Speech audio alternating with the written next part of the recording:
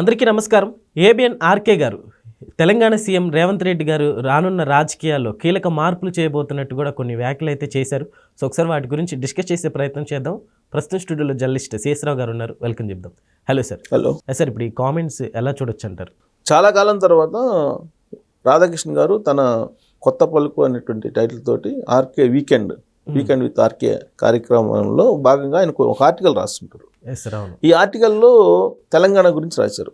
చాలా కాలం తర్వాత రాశారు. ఆయన జనరల్గా ఆంధ్రప్రదేశ్ గురించి, ఆంధ్రప్రదేశ్ రాజకీయాల గురించి, ఆంధ్రప్రదేశ్ యాక్టివిటీ గురించి ఎక్కువగా రాస్తూ ఉంటారు. ఆయన 80% ఆంధ్రప్రదేశ్ మీద, 20% తెలంగాణ వాళ్ళ మీద రాస్తున్నట్టు అనిపిస్తుంది నాకైతే.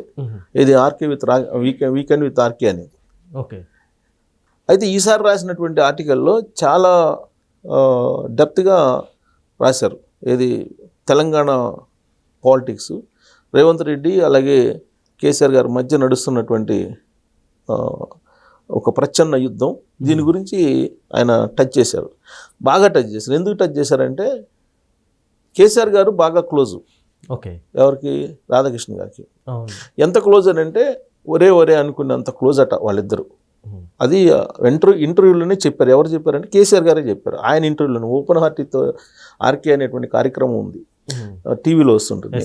దాంట్లో ఆయన అప్పుడప్పుడు ఇంటర్వ్యూలో కేసీఆర్ గారే చెప్పారు, నాకంటూ ఒరే అని పిలుచుకునే స్నేహితులు చాలా తక్కువ మంది ఉన్నారు, వాళ్ళల్లో మీరు కూడా ఒకళ్ళు అని చెప్పి ఆయనే చెప్పారు.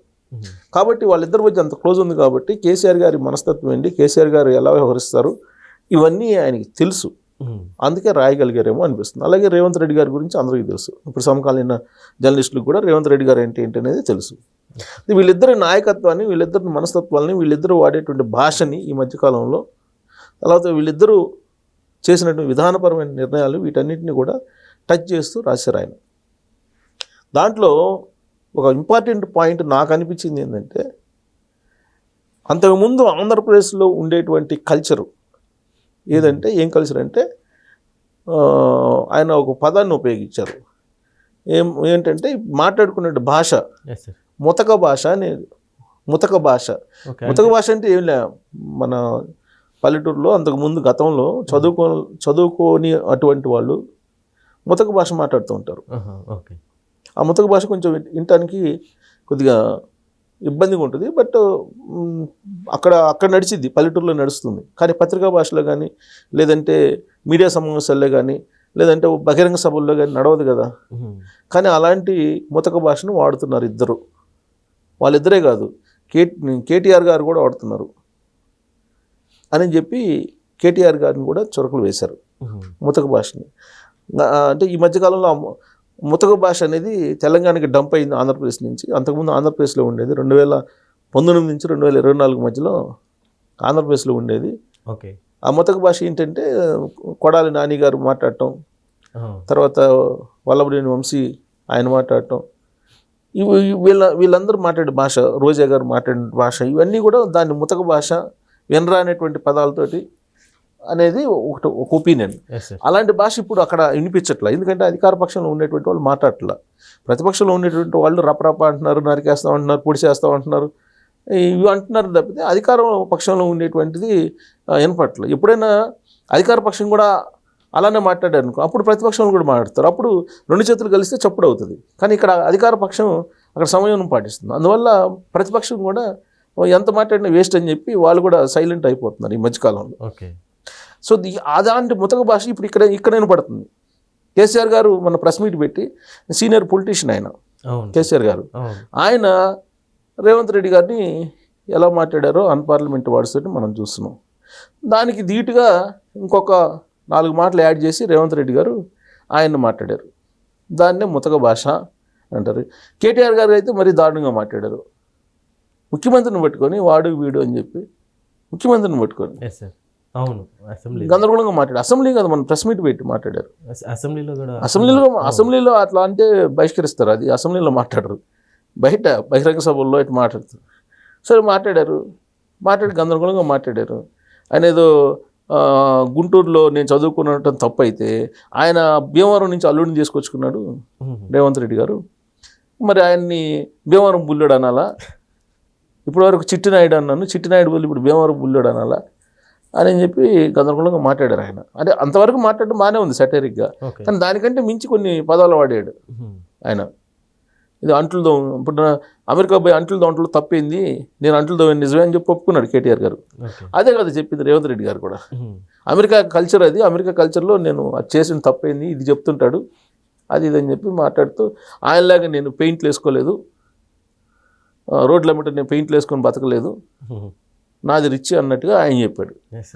రేవంత్ రెడ్డి గారిని కదిలిస్తే ఏం చెప్తారు, అదంతా పాస్పోర్ట్లు బ్రోకర్లు వాళ్ళు ఆడపోయి ఆ కప్పులు కట్టుకునే బ్యాచ్ అంతా ఇక్కడికి వచ్చింది, తెలంగాణ ఉద్యమం ఎప్పుడు చేశారు అసలు వీళ్ళు అని రేవంత్ రెడ్డి గారు అంటే. సార్ ఈ ఫైటింగ్ సీన్స్ అన్ని ఎలా ఉన్నాయి సార్? ఒక చిన్నపిల్లలు ఈ మాట్లాడుకోవడం ఓకే ఇంతవరకు, దానికంటే మించి బూతులు మాట్లాడుకుంటున్నారు కదా సార్, ఇవన్నీ కూడా బూతులు మాట్లాడుకుంటూ మళ్ళీ ఇది తెలంగాణలో ఇంతేనా అని అంటారు. మళ్ళీ ఓకే, కేసీఆర్ గారు దాంట్లో తప్పేంది, అధికారంలో ఉన్నప్పుడు ప్రతిదీ తప్పేంది, ఇది తెలంగాణ నుడికారం అని అంటారు. విచిత్రమైన పరిణామం అది. ఇప్పుడు అదే మెన్షన్ చేశారు ముతక భాష అని చెప్పి, ఎవరు ఆర్కే గారు తన వీకెండ్లో మెన్షన్ చేశారు. దాంట్లో ఇలాంటి మెన్షన్ చేస్తూ ఒక ఇంపార్టెంట్ పాయింట్ తీసుకొచ్చారు. ఏం చేసుకొచ్చారంటే వెలమ సామాజిక వర్గం, ఈ వెలమ సామాజిక వర్గాన్ని ఇప్పుడు రేవంత్ రెడ్డి గారు ప్రస్తావిస్తున్నారు. ఓకే. ఎందుకు ప్రస్తావిస్తున్నారంటే రెడ్డి సామాజిక వర్గాన్ని మొత్తాన్ని పోలరైజ్ చేసుకోవడానికి ప్రయత్నం చేస్తున్నారు రేవంత్ రెడ్డి గారు. రేవంత్ రెడ్డి గారు ఇప్పటివరకు తొలి రోజుల్లో తడబడ్డారు, ఇప్పుడు కాంగ్రెస్ పార్టీలో చాలా స్ట్రాంగ్ అయ్యారు, 10 సంవత్సరాల పాటు నేనే ముఖ్యమంత్రి అని చెప్పి ఆయన చెప్తున్నారని అంటే ఆయన వ్యూహాలు ఆయనకు ఉన్నాయి. కేసీఆర్ గారికి వ్యూహాలు లేవేమో, వ్యూహాలు ఉన్నప్పుడు కూడా వాటిని బయటకు తీయట్లేదేమో, ఇంతకాలం పాటు ఫామ్ హౌస్లో సైలెంట్గా ఉన్నారు, రీసెంట్గా బయటకు వచ్చి రేవంత్ రెడ్డి గారిని మాట్లాడారు. అసలు ఎందుకు బయటకు వచ్చారు? ఇంతకాలం పాటు మౌనంగా ఉండి 2 సంవత్సరాల పాటు ప్రతిపక్ష నాయకుడు అయ్యుండి అసెంబ్లీకి రాకుండా ఎందుకు ప్రెస్ మీట్ పెట్టి మాట్లాడారు? ఎందుకు మాట్లాడారంటే ఆయన ఇచ్చిన కంక్లూజన్ ఏంటంటే ఈ మధ్యకాలంలో జరిగిన అన్ని ఎలక్షన్లో బీఆర్ఎస్ పార్టీ ఓడిపోతూ వచ్చింది. కంటోన్మెంట్లో కానీ, లేదంటే జూబ్లీ హిల్స్ ఉప ఎన్నికల్లో కానీ, లేదంటే స్థానిక సంస్థల ఎన్నికల్లో కానీ కాంగ్రెస్ పార్టీ కంటే దారుణంగా తయారైంది. అప్పటి వరకు ఈ ఎలక్షన్స్ అయ్యేంత వరకు ప్రజలందరూ తన కోసం ఎదురు చూస్తున్నారనేటువంటి ఒక ఓవర్ థింకింగ్ ఉండేది ఆయనకి